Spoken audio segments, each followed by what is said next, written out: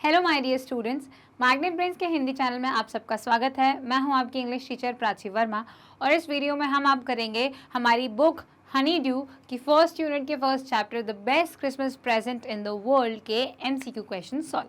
तो एमसीक्यू ज़रूरी क्यों है, हम देखिए कॉम्प्रिहेंशन चेक कर लेते हैं, एक्सरसाइज के क्वेश्चंस कर लेते हैं, है ना, सारे ग्रामर के क्वेश्चंस कर लेते हैं। इन सब से क्या होता है, हमारे उस चैप्टर का एक बेहतर रिविजन हो जाता है और तो और जो नए शब्द उसमें यूज़ किए गए हैं उसे हम ग्रामर के वजह से डिस्कस कर लेते हैं। लेकिन एमसीक्यू से क्या होता है, आपको ये समझ में आता है कि कौन सा जो आंसर है सबसे ज़्यादा सही है।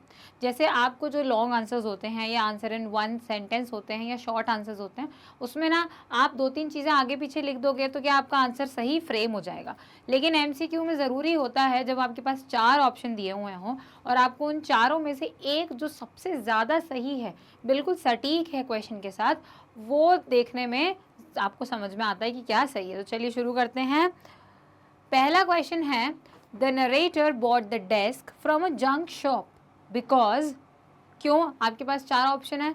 Such a desk was not available anywhere else, कि उन्होंने उस कबाड़ की दुकान से उस रोल टॉप डेस्क को क्यों खरीदा, क्योंकि ऐसी रोल टॉप डेस्क क्या कहीं और नहीं मिल रही थी, नहीं ये नहीं है। The author wanted N ancient role top desk, उनको एक पुरानी मतलब बहुत ही पहले के ज़माने की रोल टॉप डेस्क चाहिए थी। या फिर its role top was in several pieces, क्योंकि वो टूटी फूटी बेकार थी इसलिए चाहिए थी। या the narrator could not afford a new role top desk, कि वो नई रोल टॉप डेस्क जितने पैसे उनके पास नहीं थे। तो देखिए उनको कहीं और तो ऐसा नहीं था मिल रही थी, जाहिर सी बात है मिल रही होगी, या फिर उनको कोई पुराने ज़माने की ही चाहिए थी। आखिर इतना पुराने ज़माने का सामान किसको चाहिए होता है, नहीं। और वो टुकड़ों में थी इसलिए वहाँ से खरीदी, नहीं। लेकिन उनके पास नई रोल टॉप डेस्क खरीदने के पैसे नहीं थे। तो इसका सही आंसर क्या होगा, D, the narrator could not afford a new role top desk. ठीक है, तो ये हो जाएगा हमारा आंसर। देखिए एंशिएंट पुरानी चाहिए थी या कहीं और अवेलेबल नहीं थी, इन चीज़ों में कंफ्यूज मत होइएगा, क्योंकि सही जवाब यही है, क्योंकि उन्हें हमेशा से लेनी थी रोल टॉप डेस्क, लेकिन ये दिखने में काफ़ी ठीक थी और तो और कम पैसे में अवेलेबल थी। उनके पास इतने पैसे नहीं थे कि वो नई रोल टॉप डेस्क खरीदे जो कि काफ़ी महंगी आती। अगला क्वेश्चन है, the narrator found a shallow space below a secret drawer when he, जब उन्होंने उस रोल टॉप डेस्क को खोलना सुधारना शुरू किया तो उन्होंने क्या किया, एक शैलो स्पेस, एक उथली हुई थोड़ी सी जगह मिली, कहाँ पर, सबसे सीक्रेट ड्रॉवर को उन्होंने क्या किया, pulled out the first drawer, जब उन्होंने पहला ड्रॉर निकाला तब, उन्होंने डेस्क को ठीक करना शुरू किया तब, या फिर लास्ट ड्रॉर निकाला तब, या उन्होंने जब काम ख़त्म कर दिया तब। मतलब ये 4 सिचुएशन जो दी हुई हैं, इन 4 सिचुएशन में से कब ऐसा हुआ जब उन्होंने ड्रॉर को खींचा और उनको ड्रॉर के नीचे एक उथली जगह मिली। तो देखिए पहले ड्रॉर को खोलने पर नीचे उथली जगह तो मिलेगी नहीं भाई, क्योंकि पहले ड्रॉर के नीचे तो दूसरा ड्रॉर आ जाता है। जब वो डेस्क को ठीक करने लगे, ये काफ़ी हद तक सही हो सकता है, लेकिन हमें आगे देखने की ज़रूरत है। Pulled out the last drawer, तो ये भाई ये ज़्यादा क्लोज लग रहा है ना, ये है कि नहीं, क्योंकि जब आखिरी ड्रॉर खींचेंगे तो ज़मीन और आखिरी ड्रॉर के बीच में थोड़ी सी जगह होगी जहाँ पे एक प्लाई लगी होगी और उस बीच में एक थोड़ी सी खाली जगह बची होगी। हैड फिनिश्ड वर्किंग, ये तो बिल्कुल भी नहीं है, क्योंकि काम करना ख़त्म कर देंगे तो उसके बाद कैसे उनको कुछ मिलेगा। इसीलिए यहाँ सही आंसर क्या होगा, pulled out the last drawer, आखिरी ड्रॉर खींचने पर उनको उसके नीचे एक थोड़ी सी जगह खाली थी जहां उनको कुछ मिला। डेस्क ठीक कर रहे थे, ये भी सही है, लेकिन ज़्यादा सही कौन सा है, सी। ठीक है, अगला क्वेश्चन है, January 25, 1915 was the date on which, 25 जनवरी 1915 वो दिन तारीख थी जब क्या हुआ था, narrator pulled out the drawer, narrator ने उसको खोलना खालना शुरू किया डेस्क को, नहीं। जिम का लेटर कोनी को मिला, हो सकता है जिम ने लेटर लिखा या जिम ने हैंस वॉल्फ से मिला। तो देखिए ये तो बिल्कुल भी नहीं है कि ड्रॉर खोले थे, लेकिन जिम ने लेटर 26 दिसंबर को लिखा था, क्रिसमस के अगले दिन, और जिम हैंस वॉल से क्रिसमस के दिन मिले थे, यानी कि 25 दिसंबर को मिले थे। अब यहाँ बात हो रही है 25 जनवरी 1915 की, तो जाहिर सी बात है कोनी के पास वो लेटर पहुँचा था अगले महीने 25 तारीख को। तो इसका सही आंसर क्या हो जाएगा, जिम्स लेटर केम टू कोनी, कोनी को वो लेटर मिला था। अगला क्वेश्चन है, but the truth I am ashamed to say is that Fritz began it. वो ये कहते हैं कि सच्चाई ये है कि मुझे मानने में, मुझे इस बात को एक्सेप्ट करने में बहुत शर्म आ रही है कि ये सब कुछ ना फ्रिट्ज ने शुरू किया था। In the above sentence Fritz refer to, ये तब की बात है, ये अपने लेटर में जिम बताते हैं अपनी वाइफ कोनी को कि ये जो पूरा कार्यक्रम था उस दिन क्रिसमस का, ये किसके द्वारा शुरू किया गया था, ये उस फ्रिट्ज द्वारा शुरू किया गया था। अब यहाँ पे फ्रिट्ज कौन है? जर्मन सोल्जर है, जर्मन कमांडर है, ब्रिटिश सोल्जर है या ब्रिटिश कमांडर है?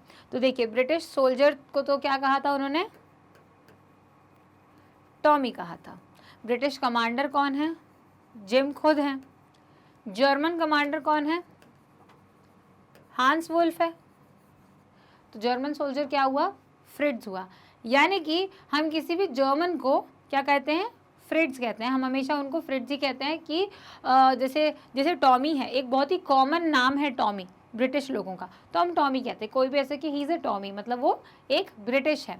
वैसे ही इज़ अ जर्मन, तो वो फ्रिट्ज हो जाएगा। तो इसका सही आंसर क्या हो जाएगा? German soldier. अगला क्वेश्चन है, the Christmas celebrations were initiated by. Christmas के जो सेलिब्रेशन है वो कब शुरू हुए थे? सॉरी, किसने शुरू किए थे? The British, the German, both of the above या बाय चांस? तो आपको क्या लगता है किसने शुरू किए थे? जर्मन ने शुरू किए थे, ब्रिटिश ने शुरू किए थे, दोनों ने शुरू किए थे, या इत्तेफाक से चालू हो गए थे? चांस का मतलब होता है बाय चांस, इत्तेफाक से। तो ब्रिटिश ने तो चालू नहीं किए थे, वो जर्मन्स द्वारा शुरू किए गए थे, क्योंकि वहाँ से उन्होंने हैप्पी क्रिसमस चिल्लाया था इन लोगों को। इनको विश्वास नहीं हो रहा था कि ये वाकई में हमको विश करना चाह रहे हैं या ये कोई चाल है। तो इसका सही आंसर है द जर्मन। तो नेक्स्ट क्वेश्चन है जिसमें Jim's first reaction to the happy Christmas by the Germans was one of, मतलब उसका क्या रिएक्शन था? जिम ने जैसे ही सुना कि वहाँ से जो जर्मन है वो चिल्ला रहे हैं हैप्पी क्रिसमस, तो उनको ये सुनकर कैसा लगा? क्या उनको शक हुआ? क्या उनको एकदम से धक्का लगा, सरप्राइज लगा कि अरे भाई ये क्या हो रहा है? गुस्सा आई, एंगर या डिस्गस्ट, यानी कि अरे यार ये क्या कर रहे हैं, घृणा सी हो जाती है ना, एकदम चिढ़, डिस्गस्ट वो हुई। तो क्या हुआ इसमें से? उनको शॉक हुआ था। वो एकदम से शॉक हो गए थे कि अरे ये कैसे मुमकिन है कि हमारे दुश्मन हमको हैप्पी क्रिसमस बोल रहे हैं। तो इसका सही आंसर हो जाएगा सरप्राइज। उन्हें सरप्राइज मिला था एक तरीके से कि ये लोग इतने अच्छे से बर्ताव कर रहे हैं। अगला क्वेश्चन है, स्नैप्स क्या है? स्नैप्स इज एक प्रकार का मीट है, a kind of meat, a German wine, a sauce या फिर अ ब्रिटिश डिश। तो इन चारों में से क्या है? स्नैप्स। आप ऐसे याद रख सकते हैं कि स्नैप्स जो हैं वो यहाँ जिम मैकफर्सन के लोगों के पास नहीं थी, वो जर्मन्स अपने साथ लेकर आए थे। तो अगर वो जर्मन्स अपने साथ लेकर आए थे तो वो क्या होगी? एक जर्मन वाइन होगी। तो क्या है? स्नैप्स जर्मनी में बनने वाली एक प्रकार की वाइन, जर्मन वाइन। अगला है, the letter was written to. तो आपको ये याद रखना है सबसे पहले कि लेटर लिखा किसने था? जिम ने लिखा था, जाहिर सी बात है, क्योंकि वो अपना अनुभव बता रहे थे, अपनी पत्नी को बता रहे थे। ठीक है, तो अब ऐसा तो है नहीं कि वो हांस वुल्फ को लिखेंगे कि अपना अनुभव बहुत अच्छा था, क्योंकि हांस वुल्फ तो उनके साथ ही थे। फ्रिट्ज या किसी और जर्मन से उनकी इतनी बात नहीं हुई जितनी उनकी हांस वुल्फ से हुई थी। लेकिन उन्होंने किसको लिखा था ये लेटर? अपनी वाइफ को लिखा था, और इसलिए इसका सही आंसर क्या हो जाएगा? कोनी मैकफर्सन, यानी कि बी इसका सही आंसर हो जाएगा। What was the speaker's reaction when he reads the letter? जब उन्होंने उस लेटर को पढ़ा हमारे नरेटर ने, तो उनको क्या लगा? मतलब उनका रिएक्शन क्या था? उनको रोना आ गया, या उनको बहुत तेज गुस्सा आ रही थी कि जिम कोनी से अब तक मिलने क्यों नहीं आए हैं, या उनको लेटर फाड़ने का मन किया कि ये मेरे किस काम का, ये तो मेरा लेटर है ही नहीं, या उनको गिल्ट फील होने लग गया किसी चीज़ को लेके कि मैं ये टेबल लेकर आ गया हूँ, अभी खैर जिसका है उसको नहीं मिल पाएगा, इस प्रकार से। तो इसमें से क्या था? उनको गिल्ट तो नहीं हो रही थी, ना ही वो लेटर फाड़ना चाह रहे थे। गुस्सा होने इसलिए नहीं आ रही थी क्योंकि वो समझ चुके थे कि ये लेटर जो लिखा है, अब तक अगर जिम नहीं आए हैं कोनी के पास, तो जाहिर सी बात है कि वॉर हुई है और उस वॉर में जिम नहीं रहे। तो उन्हें रोना आ गया इस बात को सोच के कि ये जो खबर है ये अब तक कोनी के पास नहीं पहुंची है, तो उन्हें रोना आ गया। ही बिगैन टू क्राई, उनकी आंखों में आंसू आ गए, और इस वजह से उनको ये इच्छा हुई कि मुझे शायद से कोनी से मिलने जाना चाहिए। Why did she become happy? अब जब कोनी से मिले हमारे नरेटर तो वो खुश क्यों हो गई? Because it was Christmas, क्योंकि क्रिसमस का दिन था इसलिए खुश थी, या फिर कोई उनसे मिलने आया था इसलिए खुश थी, मेट्रन ने एप्पल पाई उनको खिलाया था क्रिसमस पर इसलिए वो खुश थी, on seeing the decoration and Christmas tree, सारी सजावट को देखकर वो खुश थी। तो सारी सजावट से उन्हें कोई फ़र्क नहीं पड़ रहा था क्योंकि वो उन सब लोगों से अलग दूर बैठी हुई थी। मेट्रन के एप्पल पाई खिलाने का भी उनको कोई खुशी नहीं थी। क्रिसमस की तो उनको खुशी तब होती जब जिम उनसे मिलने आते, लेकिन at the site of the visitor कि कोई उनसे मिलने आया है, वो इसी चीज़ से खुश थी। उन्हें याद था कि क्रिसमस के दिन जिम उनसे मिलने ज़रूर आएंगे और तब उनका क्रिसमस बहुत अच्छा हो जाएगा, और वो इसीलिए अपने उस विज़िटर को देख के खुश थी, और उन्हें ऐसा लग रहा था कि वो विज़िटर कोई और नहीं जिम है। तो वो खुश क्यों थी? विज़िटर को देखकर, उस विज़िटर को की झलक देखकर वो एकदम खुश हो गई, क्योंकि वो बहुत बूढ़ी हो गई थी, बहुत बीमार थी, और उन्हें इस विज़िटर को देख के लगा कि ये कोई और नहीं है, मेरा जिम लौट आए हैं। क्वेश्चन नंबर 11 है, who did she think had come? उनको क्या लग रहा था कि कौन आया है? हैंस वॉल्फ को तो वो सिर्फ लेटर के द्वारा जानती थी। उनके पिता, उनके भाई कौन आया मिलने? नहीं। क्रिसमस पे उनको एक ही व्यक्ति का इंतज़ार था, और वो थे जिम, कि जिम अगर आ जाएंगे तो उनका क्रिसमस जो है वो बेस्ट क्रिसमस बन जाएगा, और सही आंसर भी जिम ही है। ए इसका सही आंसर हो जाएगा। अब इस क्वेश्चन में थोड़ा सा ट्रिक है कि by which Christmas did Jim promise to be back home? तो हमने अभी थोड़ी देर पहले ही ये लेटर, मतलब इस प्रकार का एक क्वेश्चन देखा था कि वो 25 जनवरी को 1915 को क्या हुआ था। तो इस दिन वो लेटर डिलीवर हुआ था, इस दिन वो लेटर कोनी को पहुंचा था। कब? 1915 में। तो देखिए, जब भी ऐसे एमसीक्यू के क्वेश्चंस आते हैं ना, तो इस प्रकार से ना आप उसमें ये दिमाग लगाइए कि इससे पहले हमने कोई ऐसा क्वेश्चन सॉल्व किया है क्या, जिससे हमको यहाँ पर हिंट मिल सकती है। अब भाई, आप हिस्ट्री तो पढ़ नहीं रहे हैं जो आपको डेट्स याद रहें, आप पढ़ रहे हैं इंग्लिश, तो आपको डेट्स को समझने याद करने का एक सिंपल सा तरीका ध्यान रखना है। या तो आप उससे कोई बहुत ही इंटरेस्टिंग ओकेशन जोड़ लो, या कहानी को इतने अच्छे से समझ लो कि आपको पता हो कि कब चीज़ क्या हुई है। तो हमारी इस पूरी कहानी में सिर्फ 2 डेट्स हैं, एक 1914, एक 1915। तो अगर 1915 को लेटर डिलीवर हुआ था, मतलब 1914 25 दिसंबर को लेटर, मतलब 26 दिसंबर को लेटर लिखा गया था, ठीक है। 15 को वो डिलीवर हुआ जनवरी में। तो उन्होंने क्या कहा था कि अगले क्रिसमस में हम दोनों साथ होंगे। मतलब कौन से क्रिसमस की बात कर रहे थे जिम की वो घर वापस आ जाएंगे? 1915 की ही बात कर रहे होंगे, और इसका सही आंसर 1915 ही है, क्योंकि उन्होंने खत में ये लिखा था कि अगले क्रिसमस हम लोग साथ होंगे। अब वो थे या नहीं थे, लेकिन उन्होंने प्रॉमिस तो उसी साल का किया था। अब ये जो क्वेश्चंस हैं ये काफ़ी इंटरेस्टिंग और काफ़ी आसान सवाल हो जाते हैं। क्यों? क्योंकि आपको ये पैराग्राफ दिया हुआ है, आपको इसको करना है रीड, और इसको रीड करने के बाद इस पे डिपेंडेंट ये क्वेश्चंस हैं, इन क्वेश्चन का जवाब आपको देना है इस पैराग्राफ में से ही, ठीक है। When we had got over the surprise, some of us shouted back. जब हम उस पूरे सरप्राइज से नॉर्मल हो गए कि हाँ चलो ठीक है, आपने हमें देख के हैप्पी क्रिसमस बोल दिया, हमने आपको बोल दिया, तब हम लोग वापस चिल्लाने लग गए कि हाँ चलो ठीक है। मतलब हम उस सरप्राइज से उभर आए। हम ऐसा लगता है ना कभी कभी कि बहुत तेज़ कोई सरप्राइज़ मिल जाता तो एकदम से दुनिया घूम जाती कि अरे ये क्या हो गया। बिल्कुल वही चीज़ हुई। Same to you Fritz, same to you, उन्हें चिल्लाया सेम टू यू फ्रेड्स, आपको भी। I thought that would be that, उन्हें लगा कि वो सिर्फ इतनी ही वार्तालाप करेंगे। We all did, but then one of them was up there in his grey great coat and waving a white flag. उन्हें लगा सिर्फ इतनी ही बात होगी कि हैप्पी क्रिसमस हमने बोल दिया, उनने बोल दिया, बात ख़त्म। लेकिन उसमें से एक व्यक्ति अपने ग्रे कलर के लंबे से कोट में बाहर आता है और सफ़ेद रंग का झंडा फहरा रहा होता है। इस वाइट फ्लैग का मतलब होता है पीस, ठीक है। We in the first line refers to, अब यहाँ पर ये जो वी का इस्तेमाल किया गया है ये किसके लिए किया गया है? ये सबसे पहले बोल कौन रहा है? यहाँ बात हो रही है कि फ्रिड्स आए, है ना, मतलब बोल कौन रहा है? ब्रिटिश बोल रहे हैं। तो French soldiers, British soldiers, gym and कोनी या नरेटर एंड हिज फ्रेंड, तो नरेटर तो बिल्कुल भी नहीं है, जिम और कोनी भी नहीं है, या तो ब्रिटिश सोल्जर्स हो सकते हैं या फ्रेंच सोल्जर्स हो सकते हैं। तो यहाँ पर कौन है? British soldiers. अब भाई इसमें कन्फ्यूजन क्यों नहीं है? क्योंकि फ्रेंच थे ही नहीं, बात तो जर्मन की हो रही है, ठीक है। तो ये है ट्रिक क्वेश्चन कि आपको लगेगा जिम और कोनी, तो जिम था लेकिन कोनी तो थी नहीं, नरेटर और उसके दोस्त होंगे नहीं, तो ब्रिटिश या फ्रेंच में से कोई एक सही जवाब दो होगा। तो ब्रिटिश यहाँ इसलिए आसानी से सही हो जाएगा क्योंकि फ्रेंच की तो भाई बात ही नहीं हो रही है, बात तो ब्रिटिश और जर्मन्स की हो रही है।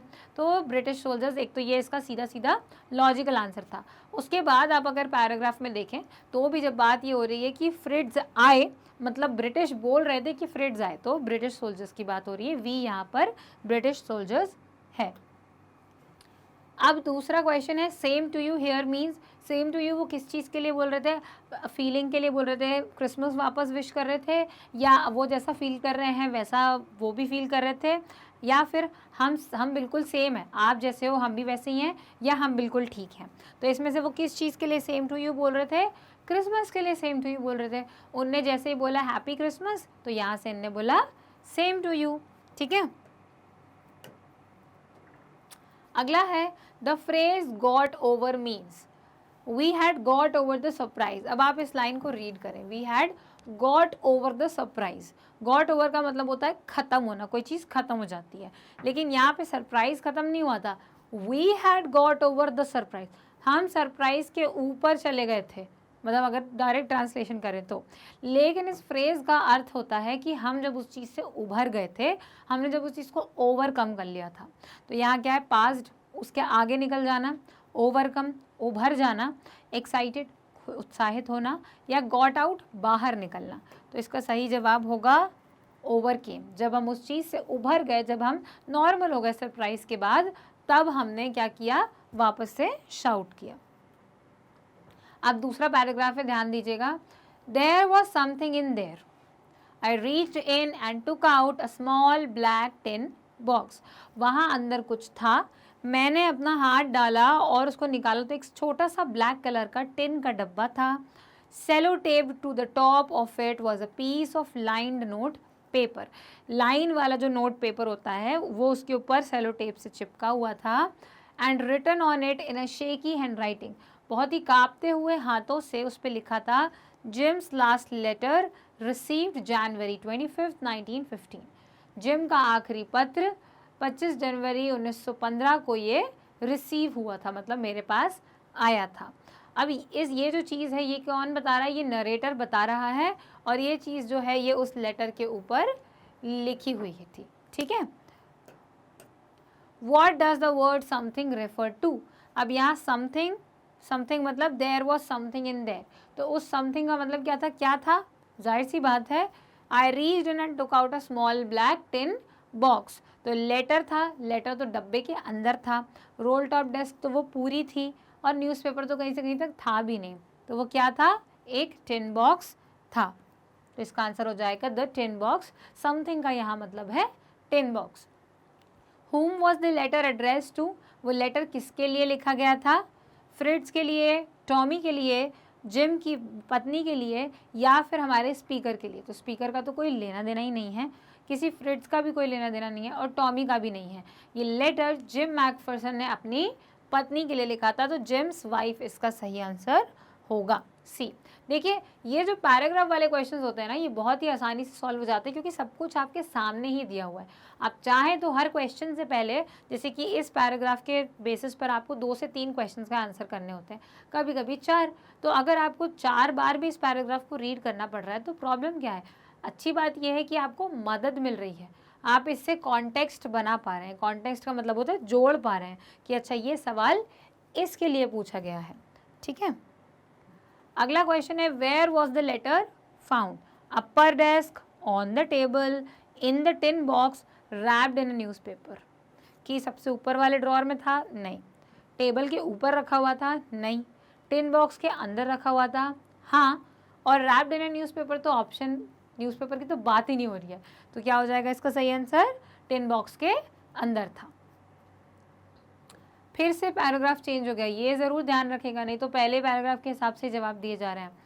Our boys gave them a rousing chorus of Wild Shepherds Watched.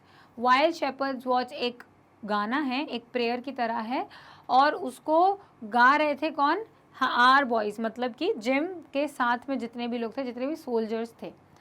We exchanged carols for a while and then we all fell silent.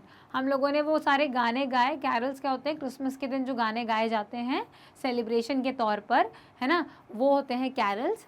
We had our time of peace and goodwill. बहुत ही शांति से, बहुत ही अच्छा हमने जो समय बिताया. A time I will treasure as long as I live. और जब तक मैं जीवित हूँ तब तक मैं इस दिन को बहुत ही अच्छे मन से याद करूँगा. यहाँ पे जो फ्रेज़ है आर बॉयज़, उसका मतलब क्या है हमने अभी बात करी. सबसे पहली चीज़ तो कि यहाँ पर पूरा जो लेटर है वो जिम द्वारा लिखा गया है. तो जिम इस लेटर के फर्स्ट पर्सन हुए.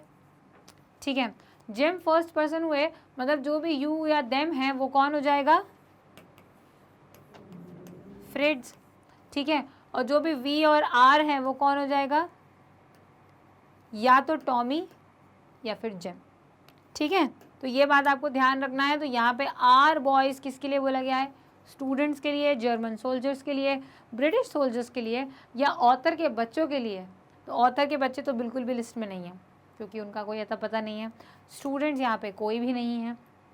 जर्मन सोल्जर या ब्रिटिश सोल्जर, तो जिम खुद एक ब्रिटिश था तो वो अपने ब्रिटिश सोल्जर्स के बारे में बात कर रहा था.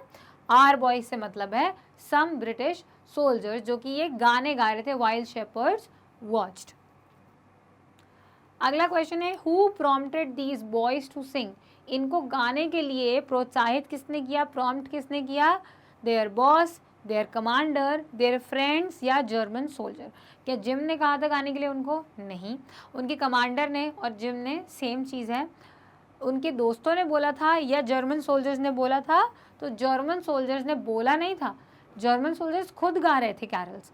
तो उनको सुनते हुए देखकर यहाँ ब्रिटिश सोल्जर्स को लगा कि कैरल्स तो हमारी चीज़ें हैं, जब ये गा रहे हैं तो हमें तो गाना ही चाहिए.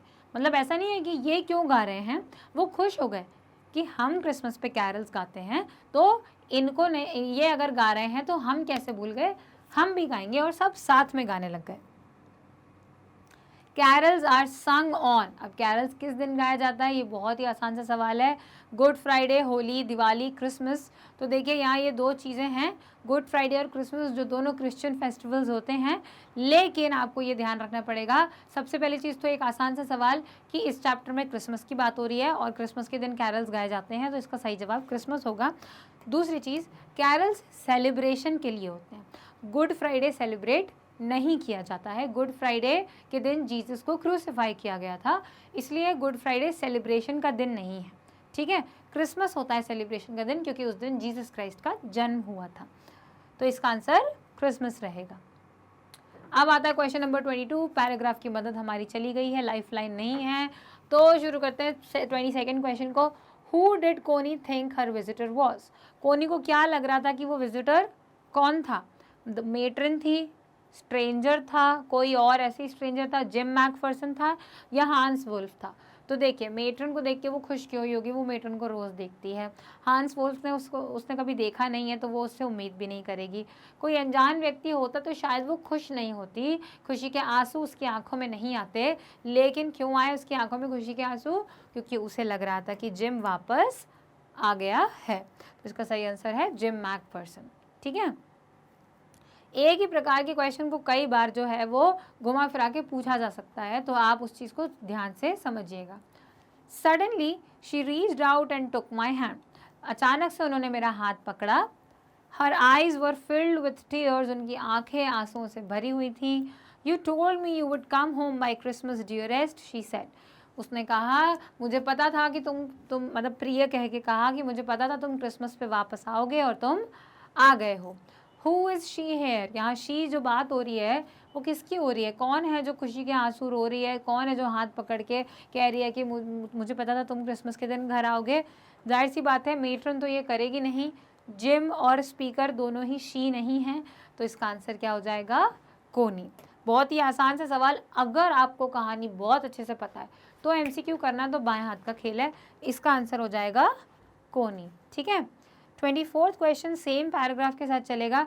Why were her eyes filled with tears, उनकी आंखों में आंसू क्यों आ रहे थे? क्योंकि वो क्रिसमस के दिन बहुत उदास थी। या फिर she was happy to meet the narrator, वो उस नरेटर को, हमारे स्पीकर को देख कर खुश हो गई थी। She thought Jim has finally come, Jim आ गए थे, उनकी खुशी में वो रो रही थी। या फिर नो बडी विजिटेड हर, वो कोई उनसे मिलने नहीं आता था इसलिए उनको रोना आ रहा था। तो इसका सही आंसर क्या हो जाएगा? क्रिसमस के दिन वो सैड थी तो, पर वो रोने का कारण नहीं था। कोई उनसे मिलने नहीं आता था, वो भी रोने का कारण नहीं था। रोने का कारण ये था, पहली बात तो वो रो नहीं रही थी दुख में, वो खुशी के आंसू थे, और वो इसलिए थे क्योंकि उन्हें लगा आज क्रिसमस है और जिम क्रिसमस के दिन वापस आ गए हैं। वो नरेटर को क्रिसमस के दिन जिम समझ बैठी थी। Who does she think she is talking to? उनको क्या लग रहा है कि वो किससे बात कर रही हैं? नरेटर से, मेट्रन से, फ्रिड से या जिम से? तो वो जिम से बात कर रही हैं। वो नरेटर से इस प्रकार बात कर रही है जैसे उनको लग रहा है कि ये कोई और नहीं, ये मेरे अपने जिम हैं जो लौट आए हैं। तो इसका आंसर क्या है? ए, जो कि है Jim. 26th question, what does Tommy refer to? Fritz अगर जर्मन है तो टॉमी क्या हो जाएगा? ब्रिटिशर्स। जर्मन्स को हम क्या कहते हैं? फ्रिड्स कहते हैं, एक बहुत ही साधारण नाम। टॉमी या टॉम जो होता है वो ब्रिटिश लोगों का बहुत ही, जैसे हर दूसरे व्यक्ति का नाम आपको टॉम या टॉमी मिल जाएगा, इसलिए हमने यहाँ ब्रिटिशर्स को टॉमी पढ़ा है। शेफर्ड्स और इंडियंस का यहाँ पे कोई लेना देना नहीं है। इसका सही आंसर हो जाएगा ब्रिटिशर्स। 27th क्वेश्चन है, what happened in no man's land? No man's land में क्या हुआ था? दोनों आर्मीज ने लड़ाई करी थी? नहीं। Both armies wished happy new year to each other? हाँ, काफ़ी हद तक। Both armies wished Christmas to each other? हाँ। और नन ऑफ दीज, तो नन ऑफ दीज तो है नहीं, क्योंकि यहाँ पे क्रिसमस की बात हो रही है, हैप्पी न्यू ईयर की बात नहीं हो रही है। बात किसकी हो रही है? क्रिसमस की हो रही है। उन्होंने हैप्पी न्यू ईयर विश नहीं किया था, उन्होंने क्रिसमस विश किया था। तो इसका सही आंसर क्या हो जाएगा? Both armies wished Christmas to each other. Confuse नहीं होना है कि जहाँ पे सेलिब्रेशन या विशेस की बात हो रही है तो वहाँ पे बात यही हो रही है कि हाँ ये सही आंसर है। चारों ऑप्शंस पढ़ना है, उसके बाद ही सही कंक्लूजन पर आना है। Question number 28, the lady was not listening to the narrator because, वो जो लेडी थी वहाँ पे ओल्ड एज होम में, वो बैठकर नरेटर की बात नहीं सुन रही थी। तो वो क्या कर रही थी? वो लेटर को ऐसे सहला रही थी, लेकिन वो बात क्यों नहीं सुन रही थी? वो बीमार थी इसलिए, या वो सुन नहीं सकती थी? She was too happy, she had recognise the speaker. अगर वो स्पीकर को पहचान जाती तो शायद वो खुश नहीं होती। ना वो बीमार थी, ना वो सुनने, उनके पास सुनने की शक्ति की परेशानी थी, ऐसा भी कुछ भी नहीं था। लेकिन बात ये थी कि वो इतनी ज़्यादा खुश थी उस लेटर को देखकर और ये सोच कर कि ये जिम आए हैं मुझसे मिलने, कि उनका ध्यान उस स्पीकर की बातों पर था ही नहीं, वो बस स्पीकर को जिम समझ रही थी। क्वेश्चन नंबर 29 है, what did a man bring on no man's land? एक दूसरे को विश करने के बाद एक व्यक्ति नो मैंस लैंड पर क्या लेकर आ गया? वॉलीबॉल, नॉर्मल कोई सी भी बॉल, फुटबॉल, या इनमें से कुछ भी नहीं। तो वहाँ पे हुआ था फुटबॉल का मैच, और इसीलिए एक व्यक्ति वहाँ से फुटबॉल लेकर आया कि सब लोग, आज क्रिसमस है तो हम सब लोग फुटबॉल खेलेंगे। तो एक जर्मन, एक फ्रिड्स, वो फुटबॉल लेकर आया था खेलने के लिए।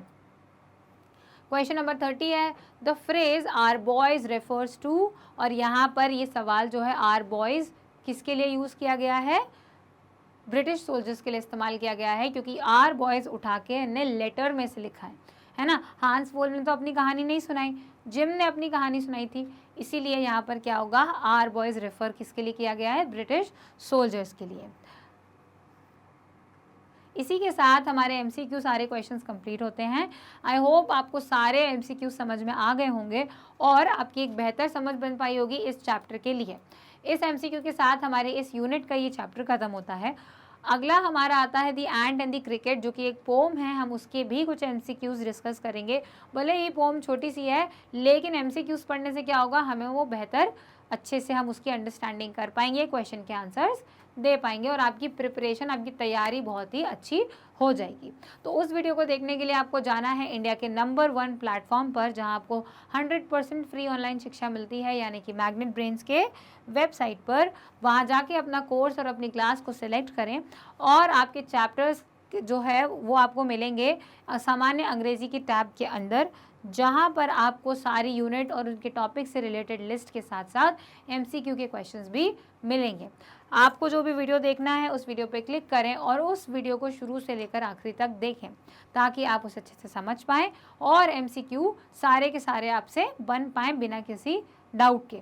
अब क्योंकि यहाँ पर आपको 6 से लेकर 12 स्टैंडर्ड तक के बच्चों के लिए पूरा कोर्स 100% फ्री अवेलेबल है, वो भी ऑनलाइन, तो हमारे इस वीडियो को लाइक करें, यूट्यूब चैनल को सब्सक्राइब करें और इस वीडियो को अपने दोस्तों से शेयर करना ना भूलें। मिलते हैं अगले वीडियो में, तब तक के लिए थैंक यू।